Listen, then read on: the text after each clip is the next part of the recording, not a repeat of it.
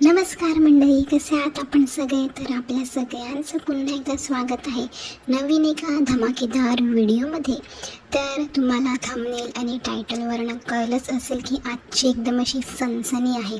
म्हणजे आपल्या ज्या फॅन्ड्री मावशी आहेत ना, त्यांच्याबद्दलच, म्हणजे त्यांच्या व्हिडिओला रिॲक्शन देणारा हा व्हिडिओ असणार आहे. कारण की मावशीने आत्ताच रिसेंटली माझ्यासाठी खास असा एक व्हिडिओ केला होता त्यांच्या चॅनलवरती. तर मावशी काय आहे ना, जरा तुमचे कान मोठे करून हा व्हिडिओ ऐकून घ्या व्यवस्थित. आणि खरंच सांगते, तुम्ही एवढ्या मोठ्या आहात तरीसुद्धा तुम्हाला माझ्याकडनं, म्हणजे मी तुमच्यापेक्षा लहान आहे, तर तुम्हाला माझ्याकडनं पॉझिटिव्हिटीची डेफिनेशन ऐकायची आहे.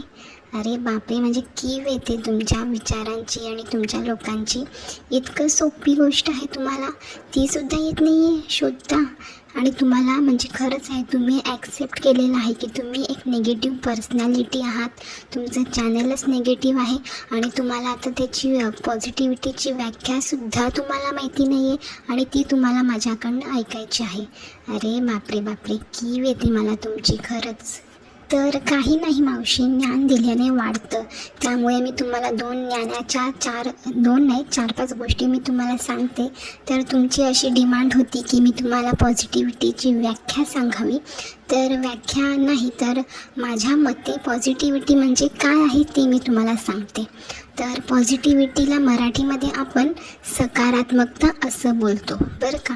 सकारात्मकता म्हणजे काय? म्हणजे आपले विचार असे आपण ठेवले पाहिजे की समोरच्याला आपल्याकडनं काहीतरी चांगलं घेता आलं पाहिजे, चांगलं शिकता आलं पाहिजे. आपल्या आयुष्यामध्ये सकारात्मकता आल्यामुळे आपल्यामध्ये खूप मोठे मोठे बदल तर होतातच. आपलं पूर्ण आयुष्य जे आहे ते पॉझिटिव्ह विचारांनी भरून जातं. पण आपल्यामुळे समोरच्यासुद्धा बोलतात ना, वाल्याचा वाल्मिकी होणं, तशा पद्धतीचं होतं बरं का. म्हणजे समोरच्यालासुद्धा आपल्याकडे बघून अगदी पॉझिटिव्ह फील होतं. आपल्यामुळे त्यांचे विचारसुद्धा पॉझिटिव्ह होतात. त्यांच्या जीवनामध्ये कुठचेही मोठे मोठे संकट येऊ दे तर ती व्यक्ती त्या संकटांना अगदी पॉझिटिव्हली घेऊन त्या संकटांना डील करत असतो. पॉझिटिव्ह राहणं म्हणजे काय? उत्साही राहणं, आनंदी राहणं, आलेल्या प्रत्येक संकटांना अगदी हसत हसत तोंड देणं, धीराने तोंड देणं, आत्मविश्वासी राहणं आणि स्वतःबरोबरच इतरांनाही आनंद देत राहणं, वाटत राहणं. तर कळली का मावशी? अगदी साधी सोपी व्याख्या जी मला माहिती आहे ती मी तुम्हाला सांगितलेली आहे. आता लगेच थोबाड घेऊन येऊ नका की ही व्याख्या नाही आहे, हे असं नाही आहे, तसं नाही. हो, जर तुम्हाला माहिती असतं ना तर तुम्ही 10 वेळा तुमच्या व्हिडिओमध्ये बोलला नसतात की मला व्याख्या सांग. कळलं ना? आता मी जी सांगितली ना व्याख्या, ती जरा ॲक्सेप्ट करा आणि जरा बदल करा स्वतःमध्ये. तर मंडळी, ह्या मावशींमध्ये इतका पॉझिटिव्ह बदल झालेला आहे ना माझे व्हिडिओ ऐकून. म्हणजे 1-1.5 महिन्याआधी त्यांनी एक व्हिडिओ केला होता. म्हणजे त्याला थंबनेल आणि टायटल जे आहे ते ब्लॉगर्स लोकांचं होतं आणि त्याच्या व्हिडिओच्या आतमध्ये त्या फक्त आणि फक्त माझ्याबद्दलच बोलत होत्या. म्हणजे नको ते बोलत होत्या. म्हणजे एकदम असे गलिच्छ शब्द त्यांनी मला वापरले होते. नको ते अगदी त्या बायका भांडतात ना रस्त्यावरती, तशा पद्धतीचं त्या भांडून कुत्र्यासारखं अगदी ओरडून बोलत होत्या. म्हणजे तो व्हिडिओ तुम्ही ऐकाल ना तर तुम्हाला कळेल डिफरन्स किती झालेला आहे यांच्यामध्ये. तर मला म्हणजे मी स्वतःला खूप भाग्यवान समजते की माझ्यामुळे त्यांच्या विचारांमध्ये बदल झालेला आहे. त्यांची भाषाशैली खूप अगदी शुद्ध झालेली आहे. तर खरंच हे एक खूप चांगलं मोठं क्रेडिट आहे आपल्या चॅनलचं आणि मी स्वतः ते क्रेडिट नाही घेणार आणि मावशीसुद्धा ते ॲक्सेप्ट नाही करणार, काही हरकत नाही. पण तुम्ही माझं नाव नाही घेतलं, मला क्रेडिट नाही दिलं तरीसुद्धा चालेल. पण तुमच्यामध्ये हा जो बदल होत आहे ना, तीच माझ्यासाठी खूप मोठी गोष्ट आहे मावशी. आणि मंडळी, ह्या मावशींचं असं म्हणणं असतं की मी जे ब्लॉगर्स लोकांचे थंबनेल बनवते, त्यांचे फोटो वापरते, मी टायटल जे आहे ते चुकीचं देते. म्हणजे हे जे आपल्या रोस्टर्स मावशी आहेत ना, त्या बघा कसं अगदी विचित्र थंबनेल बनवतात. प्रत्येक ब्लॉगर्सचा शरीराचा आकार उकार अगदी विचित्र करून टाकतात. नको असा करून टाकतात आणि तशाच पद्धतीचं थंबनेल मी का नाही करत, ह्यामुळे त्यांना त्रास होतो. आणि मी जे थंबनेलवरती लिहिते तर हे ॲक्च्युली हे यांचे विचार असतात, ते मी तिथे लिहित असते आणि माझे विचार जे आहेत ते मी माझ्या व्हिडिओमध्ये बोलून दाखवत असते. कळलं ना मावशी? तुमच्यासारखं नाही अगदी चुकीचे थंबनेल बनवून आम्ही लोकांची दिशाभूल करत. कळलं ना? अगदी माझी थंबनेलसुद्धा स्पष्ट असतात, क्लिअर असतात, अगदी क्लिअर फोटो मी यूज करते. तुमच्यासारखे घाणेरडे फोटो मी नाही बनवून थंबनेलला टाकत आणि माझे टायटलसुद्धा अगदी चांगले असतात.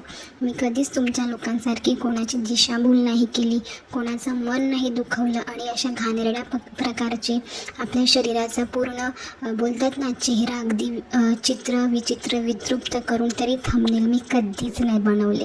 कारण की बोलतात ना तुमच्यामध्ये तर माणुसकी राहिलेली आहे की नाही माहिती नाही आहे, पण माझ्यामध्ये ती माणुसकी आहे. तुमचे जर फोटो असे घाणेरड्या प्रकारे विचित्र विद्रुप्त करून कोणी जर तुम्हाला पाठवले तुमच्या फॅमिलीचे फोटो, तर तुम्हाला ते आवडणार आहे का हो? नाही ना. त्यामुळे दुसऱ्यांवरती जर तुम्ही हे सगळं करताय ना, असे घाणेरडे फोटो वगैरे त्यांचे बनवून थंबनेल टाकताय, तर त्या जागी जरा स्वतःच्या फॅमिलीला ठेवून बघा. आणि ह्या मावशींनी ॲक्सेप्ट केलेलं आहे की मी यांचे टॅग वापरल्यामुळे यांचे व्ह्यूज आणि सबस्क्रायबर्स जे आहेत ते वाढत आहेत. आणि फनाली काकू पण लास्ट टाईम म्हणाल्या होत्या, तर काय ना आता तुम्हाला भीक देणं, बिस्किट टाकणं, तुकडा टाकणं म्हटलं बंद करूया, कारण की तेवढी तुमची लायकी नाही आहे. बस झाली तुम्हाला दिली तेवढी भीक आता, आणि त्याचा तुम्ही पुरेपूर वापरसुद्धा करून घेतलेला आहे. त्यामुळे तुम्हाला आता मी चुकून पण टॅग नाही करणार आणि भीक दिली तेवढी ॲक्सेप्ट तर तुम्ही केलेलीच आहे आनंदाने, आणि त्याचा तुम्हाला फायदासुद्धा झालेला आहे.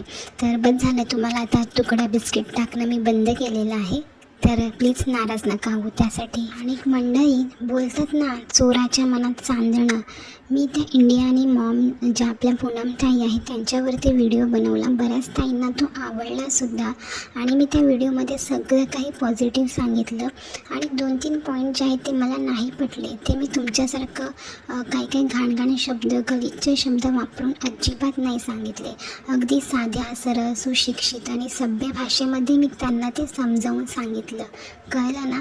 तुला बरा पुळका आला गं म्हणे भेदभाव करते. अगं तू काय करतेस गं?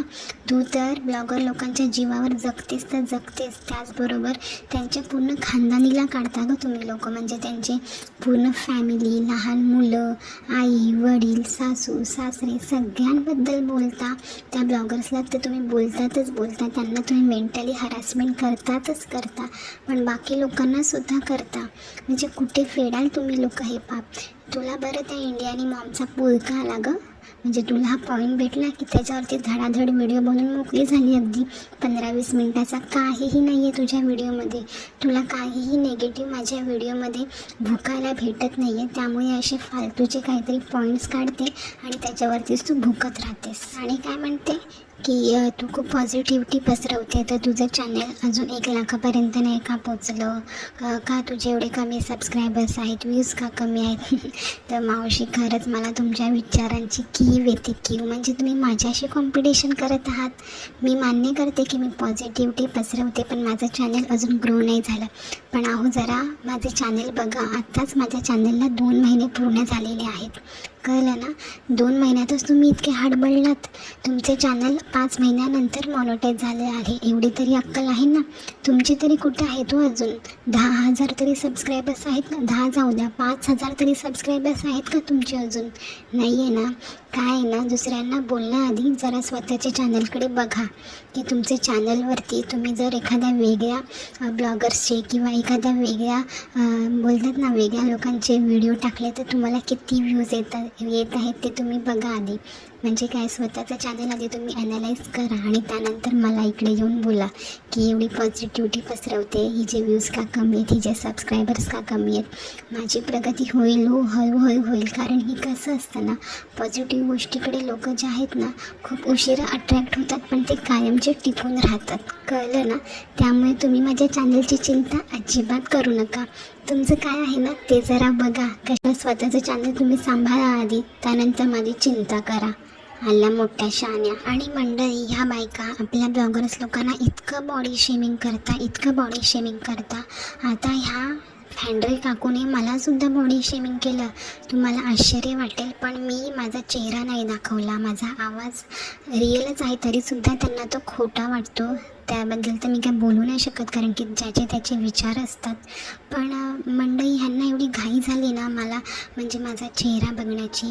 तर ही फॅन्ड्री काकू काय म्हणते, अगदी तुझ्या वर्णनावरनं म्हणजे तुझ्या आवाजावरनं, तुझ्या ह्या चित्रावरनं वाटतं की तू खूप काळीमोडी आहे, अगदी तू दिसायला काही सुंदर नाही आहेस, म्हणून तू तुझा चेहरा दाखवत नाही आहेस. मी तरी तुझ्यापेक्षा खूप सुंदर आहे, मी खूप विश्वसुंदरी आहे, मी खूप हूरपरी आहे, असं यांचं म्हणणे. म्हणजे स्वतःचीच कशी लाल करतायत ना त्या, तुम्हीच बघा आता. आणि मला बॉडी शेमिंग करताय. अगदी म्हणजे एवढा हसायला येतं ना ह्या अशा प्रवृत्तीच्या बायकांवरती, की मला बघितलं नाही आहे तरीसुद्धा माझ्या आवाजावरनं, हे जे चित्र आहे याच्यावरनं ही बाई मला बॉडी शेमिंग करत आहे. म्हणजे कुठं फेडशील तू हे पाप? जरा बघ आरशात स्वतःला, खरंच तू मनाने सुंदर आहेस की फक्त थोबाडाने सुंदर आहे ते. आणि मंडळी, माझ्या व्हिडिओच्या खाली म्हणजे फॅन्ड्री मावशीने माझ्यावरती जो व्हिडिओ केलेला आहे ना, त्या व्हिडिओच्या खाली अशा कमेंट केलेल्या आहेत ना, त्या सीसी मावशीने, फनाली मावशीने, ह्यांच्या नसलेल्या अंधमंद भक्तांनी, की ही जी पॉझिटिव्ह वॉरियर आहे ती धनश्रीच आहे, तिचीच कोणीतरी नातेवाईक आहे. म्हणजे ह्या बायका अशा हापापलेल्या आहेत ना माझा शोध घेण्यासाठी किंवा मी कोण आहे हे जाणून घेण्यासाठी. पण मला तुम्हाला कोणाला सांगायचं आहे, मावशी, तुमची एवढी का टरकली आहे हो? म्हणजे तुम्ही लोक आता चांगल्यापैकी तुमचं चाललेलं आहे की मी एवढी लहान यूट्यूबर आहे तरीसुद्धा तुम्ही माझा शोध घेत आहात. म्हणजे मी कोण आहे ह्याच्यावरती तुमची चर्चा रंगली त्या कमेंट बॉक्समध्ये. आणि काय गं फॅन्ड्री मावशी, स्वतः तू फेक ID बनवतेस धनश्रीच्या नावाने आणि स्वतःच्या व्हिडिओला कमेंट करते आणि कोणाची लिंक पाठवली आहे. तुला तर म्हणजे काय बोलावं गं बाई, म्हणजे कुठे फेडशील नाही पाप तू. खरंच कोणाचंही नाव घेते आणि कोणाबद्दलही काहीही सांगते. लाज वाटली पाहिजे तुला, लाज. आणि ह्यांचं नेहमी उठसूट त्या धनश्रीवरतीच डोळा असतो. आणि ह्यांचं म्हणणं काय असतं की हिच्या चॅनलवरती जास्तीत जास्त व्हिडिओ जे आहेत ते धनश्रीवरतीच आहेत. अगं हो, असतीलच ना धनश्रीवरती जास्त व्हिडिओ, कारण की तुम्ही लोक जास्तीत जास्त तिलाच रोस्ट करता, तिला टार्गेट करता, त्यामुळे मी तिच्यावरती जास्त व्हिडिओ केले. त्यात तुमचं काय कमी जास्त झालं. आणि धनश्री जी आहे ना ती माझी खरंच सांगते खूप आवडती यूट्यूबर आहे आणि मी तिला आधीपासून मी तिला फॉलो करते. मी तुमचीसुद्धा व्हिडिओ सुरुवातीला बघायची, पण त्यानंतर माझे डोळे उघडले आणि मी ठरवलं की नाही, ह्या बायका एका व्यक्तीला इतकं नेगेटिव्हली कसं बोलू शकतात. तिथेच माझं मतपरिवर्तन झालं आणि मी विचार केला की हे थांबलं पाहिजे. त्यासाठी मी ही नवीन सुरुवात केलेली आहे. आणि हे जे पॉझिटिव्हिटीचं काम जे आहे ना ते फक्त तुमच्या लोकांना मागे खेचण्यासाठी मी नाही करत आहे. तुमच्यामध्ये मला मतपरिवर्तन घडवायचं आहे. आणि मी फक्त काही धनश्रीवरतीच व्हिडिओ नाही केलेले. तुम्हाला धनश्रीच काय दिसत आहे देव जाणे. मी इतर ब्लॉगर्स लोकांवरती सुद्धा व्हिडिओ केलेले आहेत आणि करत राहणार आहे. कळलं ना? तुमच्या या फुकट्या धमक्यांना मी काही घाबरून तिच्यावरती व्हिडिओ करणं बंद करणार नाही आहे. जिकडे मला वाटेल बोलायची गरज आहे तिकडे मी नक्कीच तिच्यावरती व्हिडिओ बनवणार आहे. तिच्या बाजूने मी बोलणार आहे. कळलं ना? कारण की तुमचे अगदी आठवड्यातनं तिघींचेही 3-4 व्हिडिओ हे फक्त तिच्यावरती असतात किंवा कोमलवरती असतात. म्हणजे तुमच्या लोकांची आता अशी टरकली आहे ना की आता हे पॉझिटिव्ह वॉरियरमुळे आपली जी आहे ती ऑडियन्स जी आहे ती हिच्याकडे खेचली जाईल आणि आपल्या ऑडियन्सचे सुद्धा डोळे उघडतील काय आणि आपलं हे जे काम आहे ते बंद पडेल की काय, अशी तुम्हाला भीती वाटत आहे. त्यामुळे ना तुम्हाला अशी चलबिचल बेचैनी झालेली आहे ना की नक्की मी कोण आहे. त्यामुळे तुम्ही उठसूट कधी धनश्रीचं नाव घेता, कधी तिच्या नातेवाईकांचं नाव घेता, कधी कोणाची लिंक शेअर करता. म्हणजे अक्षरशः हसायला येतं आणि कीव येते तुमच्या ह्या असल्या बायकांची. तर मंडळी, आजच्या व्हिडिओमध्ये एवढंच. आजचा व्हिडिओ आय होप की तुमचा डोळे उघडणारा व्हिडिओ असणार आहे. मावशांनो, सुधरा लवकर, वेळ अजूनही गेलेली नाही आहे. जर असंच करत राहिला तर तुमचा पापाचा जो घडा आहे ना तो फटकन फुटेल आणि सगळं फुटून अगदी नष्ट होऊन जाईल. त्यामुळे वेळीच सुधरा आणि सावरा स्वतःला. तर मंडळी, भेटूया आपण एका मस्तपैकी अशाच धमाकेदार व्हिडिओसोबत. तोपर्यंत सगळ्यांनी आपापली काळजी घ्या. बाय.